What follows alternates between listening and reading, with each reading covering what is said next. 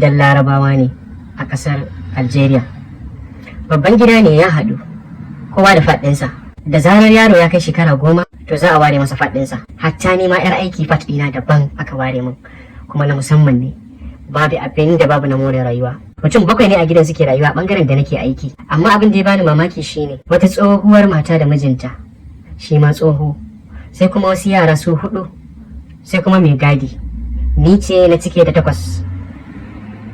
Haka na fara aiki babu kakkautawa, babu dare babu rana a gida. Larabawan nan babu laifi, ba su da wata matsala saboda suna da kuɗi sosai. Duk abin da suke so kawai umarni suke yi. Ina jin daɗin aiki a gidan, ko kuma in ce na fara jin daɗin aiki a gidan. Ashe kalubale yana gaba. Na ga ta kaina a gidan nan.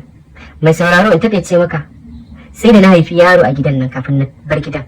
Ranar da na cika wata 1 da fara aiki a gidan, dattijuwan nan ta same ni tun da safe, take faɗa min cewa yau suna da babban bako, don haka komai na musamman za a yi masa. Sannan kuma duk abin da ya ce yana so ko menene shi kawai a yi masa. Na ce to shikenan babu matsala. Ai kuwa na gama haɗa komai na musamman ɗin na shirya. Liyafa tamkar wacce za ta sauki sabon angonta, ko kuma in ce sabon saurayinta.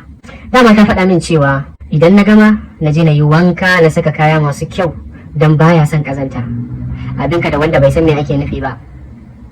Bayan na gama na je na yi wanka na yi kwalliya na fito. Ai kuwa ina fitowa sai ga mota tana shigowa. Na yi maza na shiga kafin ya shigo. Allah nake yi na ga wane ne wannan bakon. To kafin ya shigo sai ga yaran nan guda 4 su ma suna shigowa. Ɗaya bayan ɗaya suka zazzauna. Sai ga dattijuwan nan tare da dattijan mijinta suna shigowa. Ashe bakon yana bayan su ne suka yi masa iso. Ni kuma ina tsaye a gefen inda na shirya abinci. Tunda suka shigo idanunsu a kaina, sai kallo na yake, na sun kuyar da kaina. Na yi masa barka da zuwa, ya amsa tare da wani murmushi mai burgewa. Kai, amma gaskiya kyakkyawa ne. Ya saka shadda ya yi shigar Hausawa. Abun ya bani mamaki. Sai na ji ya ce min, ke ce sabuwar mai kula da iyayena? Na ce ni ce. Idanunsa a kaina da murmushi ya ce, amma kina da kyau sosai fa. Ni dai kaina a sunkuye. Na ce na gode. Ki saki jikinki mana, ko kina jin kunya na ne? Ni dai ban ce komai ba. Bayan sun gama cin abinci sai ya ce min akwai sako a mota da zan karba a wajen mai gadi na kai masa ɗakinsa. To haka na ce. Bayan kowa ya watsi sai na je wajen mai gadi na karbi sakon na kai masa. Leda ce baka babba, alamu kayan sutura ne kala a ciki. Ina zuwa kofar ɗakin sai na kwankwasa, sai na ji an ce shigo mana. Na tura kofa a hankali na shiga. A kwance na ganshi akan kujera 3-seater, yana kallon TV babu kaya a jikinsa. Daga shi sai dan kamfai, sai ya tashi zaune ya ce yauwa karaso. Na karasa ina ajiye ledar, sai na juya zan tafi. Sai na ji ya ce ina zuwa kuma? To ai abin da kika kawo naki ne, don haka sai ki dawo.